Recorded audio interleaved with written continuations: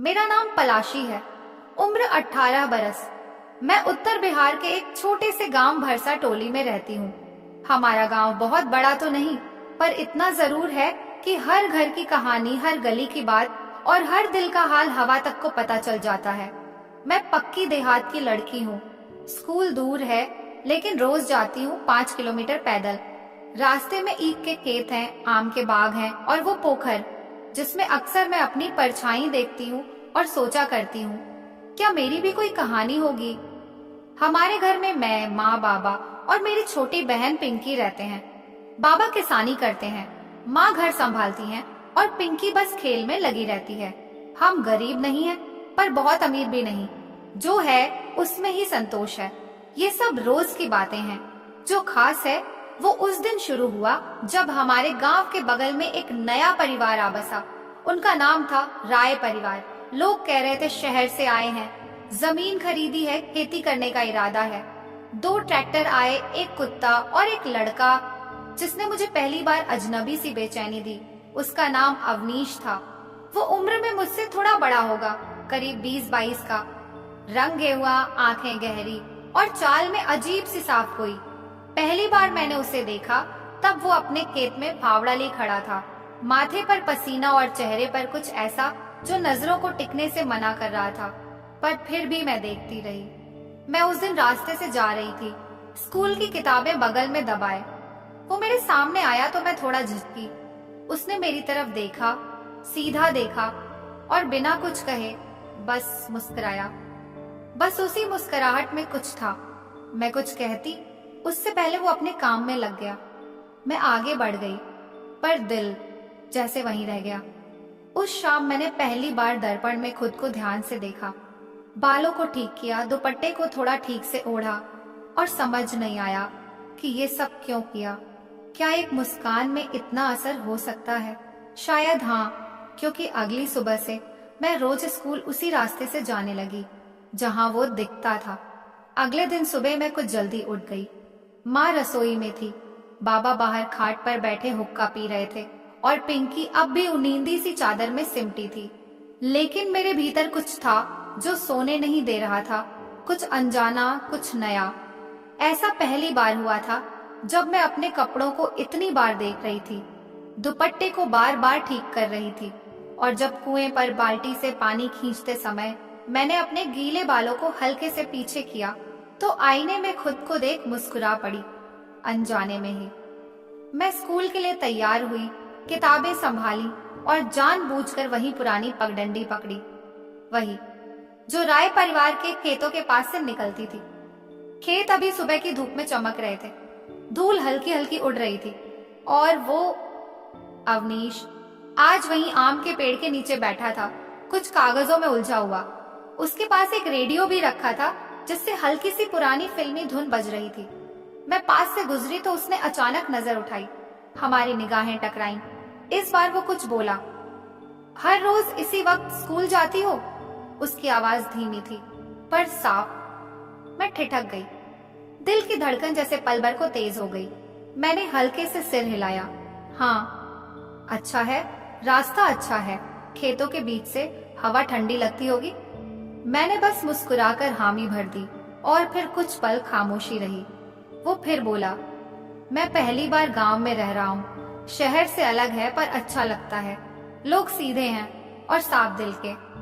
मैंने उसकी आंखों में देखा, वहां कोई बनावट नहीं थी, बस एक सीधा सच्चा भाव। मैं कुछ कहती उससे पहले पीछे से माँ की आवाज गूंज उठी, पलाशी जल्दी कर, देर हो जाएगी। मैं हड़बड़ा गई। मुझे जाना है कहकर मैं चल दी, पर उस दिन स्कूल की किताबों में कुछ भी समझ नहीं आया। हर सवाल के जवाब में एक ही नाम था, अवनीश। शाम को जब मैं खेत के रास्ते लौट रही थी तो दूर से देखा वो वहीं था। इस बार उसने हाथ हिलाकर मुझे नमस्ते कहा। मैंने भी हल्के से सिर झुका दिया और उस पल एक एहसास मेरे भीतर उभर आया, शायद ये शुरुआत है।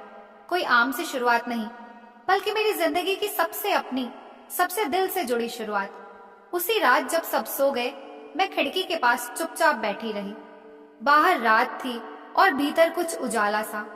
मन खुद से पूछ रहा था, क्या ये वही है जिसे लोग पहला प्यार कहते हैं? और शायद हाँ, क्योंकि अब मैं सिर्फ स्कूल नहीं जाती थी, अब मैं उसकी एक झलक पाने जाती थी। अगले कुछ दिन जैसे सपनों में बीते। हर सुबह मैं जल्दी उठ जाती, बालों में माँ के दे हुए चंपा के फूल लगाती और वही हल्का गुलाबी सूट पहनती जिसमें मुझे सबसे ज्यादा अच्छा लगता था। पगडंडी वहीं थी, खेत वहीं थे, धूप वहीं थी, लेकिन अब दिल में एक उम्मीद सी हर रोज जागती थी। क्या आज वो फिर मिलेगा? क्या आज फिर वो कुछ बोलेगा? अवनीश अब रोज मिलता था। कभी आम के पेड़ के नीचे बैठा, कभी कुएं पर पानी भरते हुए, तो कभी खेत की मेंढ पर खड़ा। और सबसे खास बात, उसकी आंखों में अब अजनबीपन नहीं था, अब उसमें एक पहचान थी। जैसे मैं उसके लिए कोई अनजानी राह नहीं, बल्कि रोज की आदत बन चुकी थी। एक दिन जब मैं लौट रही थी, उसने धीमी आवाज में पूछा, तुम्हारा नाम क्या है? मैं थोड़ा सकुचाई, पर जवाब दिया, पलाशी। उसने फिर दोहराया, धीरे धीरे, पलाशी बहुत सुंदर नाम है। मुझे नहीं पता क्यों, पर उस दिन पहली बार कोई लड़के की जुबान से अपना नाम सुनकर मैं अंदर तक हिल गई, जैसे किसी ने मेरा नाम नहीं, मेरी आत्मा को छू लिया हो। अब वो बातें छोटी छोटी सी होती थी। आज स्कूल में क्या पढ़ा, गांव में कौन कौन दोस्त हैं, भूख लगी होगी, माँ ने क्या बनाया। लेकिन उन सवालों में एक अलग किस्म की गर्मी होती थी, एक अपनापन जो पहले कभी किसी के साथ महसूस नहीं हुआ। एक शाम जब बारिश हो रही थी और पूरा गांव कीचड़ में सिसक रहा था, मैं स्कूल से लौटते वक्त बुरी तरह भीग गई। मेरी किताबें भीग चुकी थी और चप्पल कीचड़ में धंस गई थी। तभी एक छाता मेरे ऊपर आ गया। मैं चौंकी, देखा अवनीश था। उसने कुछ नहीं कहा, बस छाता मेरे सिर पर तान दिया और धीरे से बोला, आओ चलो, घर छोड़ देता हूँ। मैं एक पल को रुकी, फिर उसकी चाल के साथ कदम मिलाते हुए चल दी। रास्ता चुप था, पर वो चुप्पी बहुत कुछ कह रही थी। हमारी कंधों की दूरी उतनी ही थी जितनी होनी चाहिए, पर दिल जैसे बहुत पास आ गए थे। जब घर के बाहर पहुंचे तो उसने बस इतना कहा, कल अगर बारिश हो तो अकेली मत निकलना, मैं छाता लेकर खड़ा रहूंगा। और बिना कुछ कहे मुड़कर चला गया। मैं उसे जाते हुए देखती रही। मन में कुछ भी स्पष्ट नहीं था, लेकिन दिल वो हर शब्द को दोहराता रहा। उसी रात मैं छत पर लेटी थी, आसमान देख रही थी। तारे वैसे ही टिमटिमा रहे थे जैसे बचपन से देखते आई थी, लेकिन पहली बार उनकी रोशनी कुछ और लग रही थी, जैसे उन पर उसका नाम लिखा हो। अगले दिन सुबह कुछ अलग थी। आसमान में बादल अब भी छाए हुए थे, लेकिन मेरे अंदर जैसे कोई धूप सी खिल रही थी। नींद से उठते ही सबसे पहले ख्याल उसी का आया, अवनीश का। उसकी वो बात, कल अगर बारिश हो तो अकेली मत निकलना, जैसे मन में बार बार किसी मीठे गीत की तरह गूंज रही थी। मैंने खुद को आईने में देखा। आंखों में एक अजीब सी चमक थी जो पहले कभी नहीं देखी थी। माँ ने टोका भी, आज बड़ी देर से तैयार हो रही है, कोई खास बात है क्या? मैंने झूठ मूठ मुस्कुराते हुए कहा, नहीं माँ, बस यूं ही। पर दिल जानता था बात यूं ही नहीं थी। मैं रोज की तरह किताबें बगल में दबा उस पगडंडी से चल दी। अब वो रास्ता सिर्फ स्कूल तक नहीं जाता था, वो मेरे दिल की उस जगह ले जाता था जहाँ अवनीश खड़ा होता था। पर आज वो नहीं था। खेत खाली थे, आम का पेड़ सूना था और कुएं पर बस खामोशी थी। एक पल को जैसे सब थम गया। मैंने खुद को समझाया, शायद काम में होगा या कहीं और गया होगा, लेकिन दिल वो ना मानने वाला था। वो बेचैन हुआ, बार बार पीछे मुड़ा, हर कदम पर जैसे उसकी तलाश करता रहा। दिन जैसे तैसे बीता।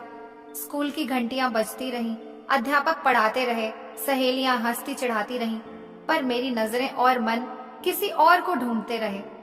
शाम को लौटते वक्त मन बुझा बुझा सा था। मैं उसी पगडंडी पर जा रही थी, लेकिन इस बार कदम भारी थे, जैसे कोई उम्मीद साथ नहीं चल रही हो। तभी खेत की मेंढ के पास किसी की आवाज आई, पलाशी। मैं जैसे वहीं जम गई, धीरे से पीछे मुड़ी। वो था अवनीश, हाथ में पानी की बोतल, गले में गमछा और चेहरे पर हल्की मुस्कान। माफ करना, आज खेत के पीछे वाले हिस्से में काम कर रहा था, दिख नहीं पाया।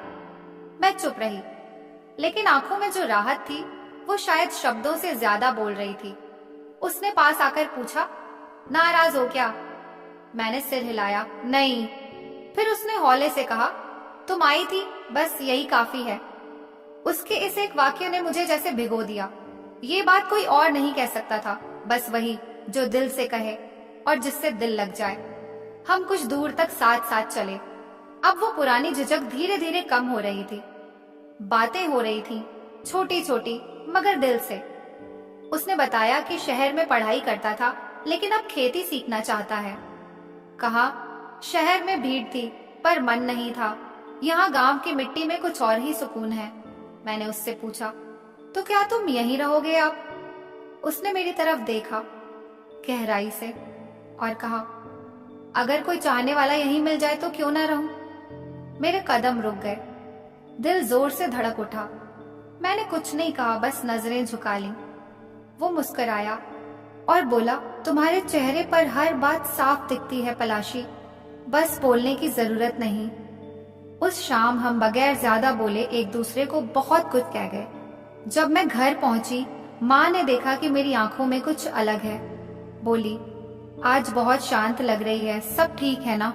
मैंने कहा, सब बहुत अच्छा है माँ, पर अंदर से मैं जानती थी ये सब अब पहले जैसा नहीं रहने वाला।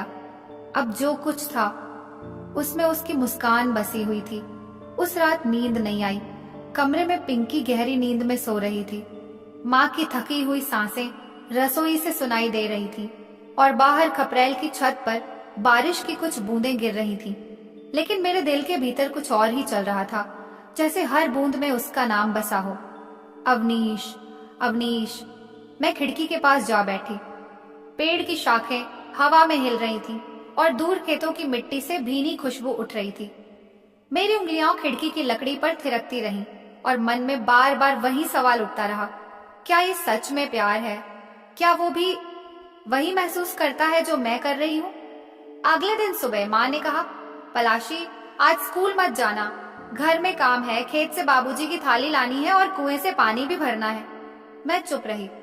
दिल में हल्का सा अफसोस हुआ, आज फिर वो नहीं मिलेगा। पर मन के किसी कोने ने कहा, शायद यही बहाना कुछ और बना दे। मैं जब खेत की ओर थाली लेकर गई तो दूर से देखा अवनीश अकेला बैल की जोड़ी के साथ हल चला रहा था। कपड़े की बाहें छड़ी हुई थी, चेहरा धूप से चमक रहा था और माथे पर पसीना था, लेकिन उस मेहनत में एक अजीब सी शांति थी। मैं वहीं मेंढ पर थाली लेकर खड़ी रही। वो हल रोककर मेरी तरफ देखने लगा। मैं झेप गई, पर उसने धीरे से मुस्कुराकर कहा, आज स्कूल नहीं गई? मैंने सिर झुका लिया। घर का काम था, अच्छा बहाना है।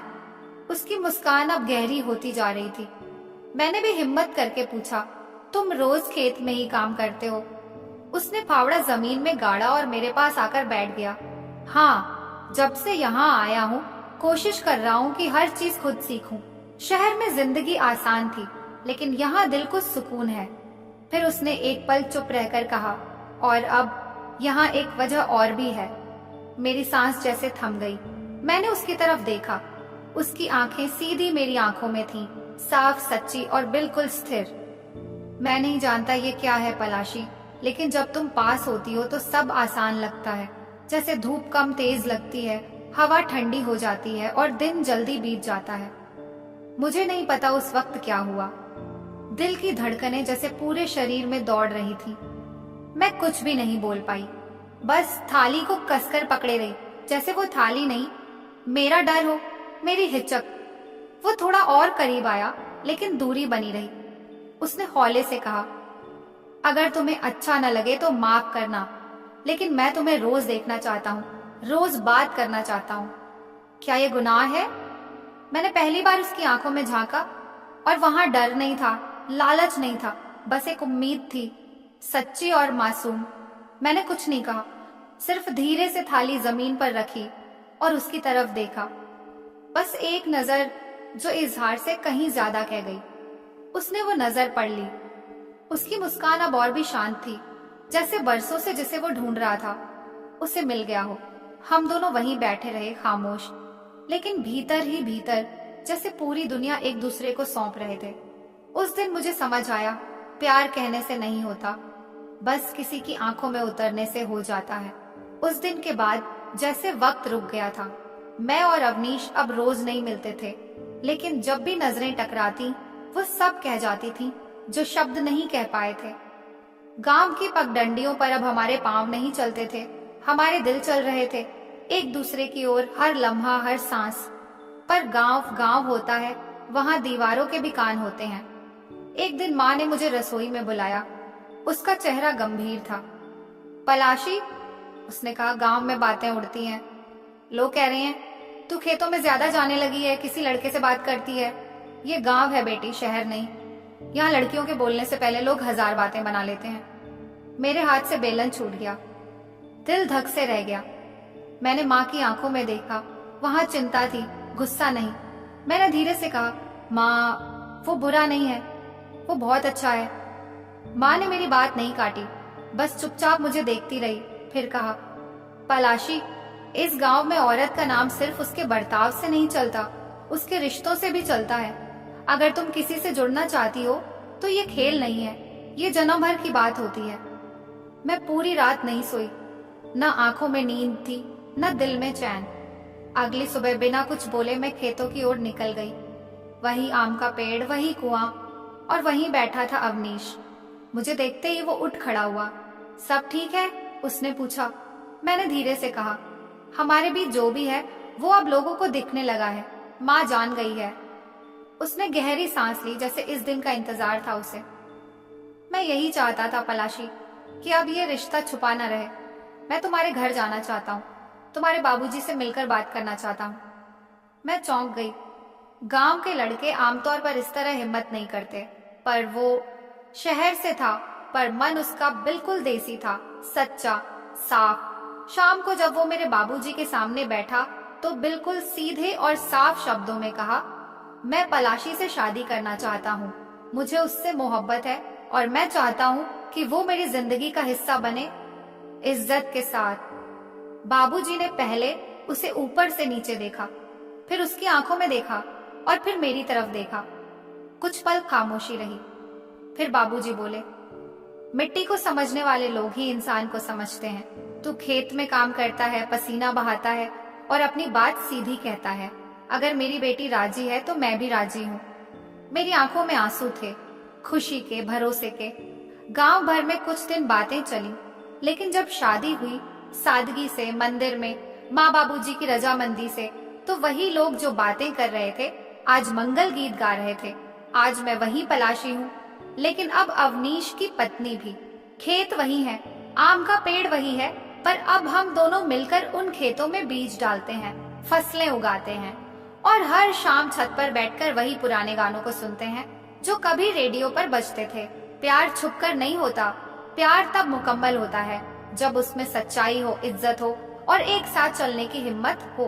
तो दोस्तों, आपको ये कहानी पसंद आई हो तो वीडियो को लाइक और चैनल को सब्सक्राइब जरूर करें और कमेंट में बताएं कि आपको ये कहानी कैसी लगी।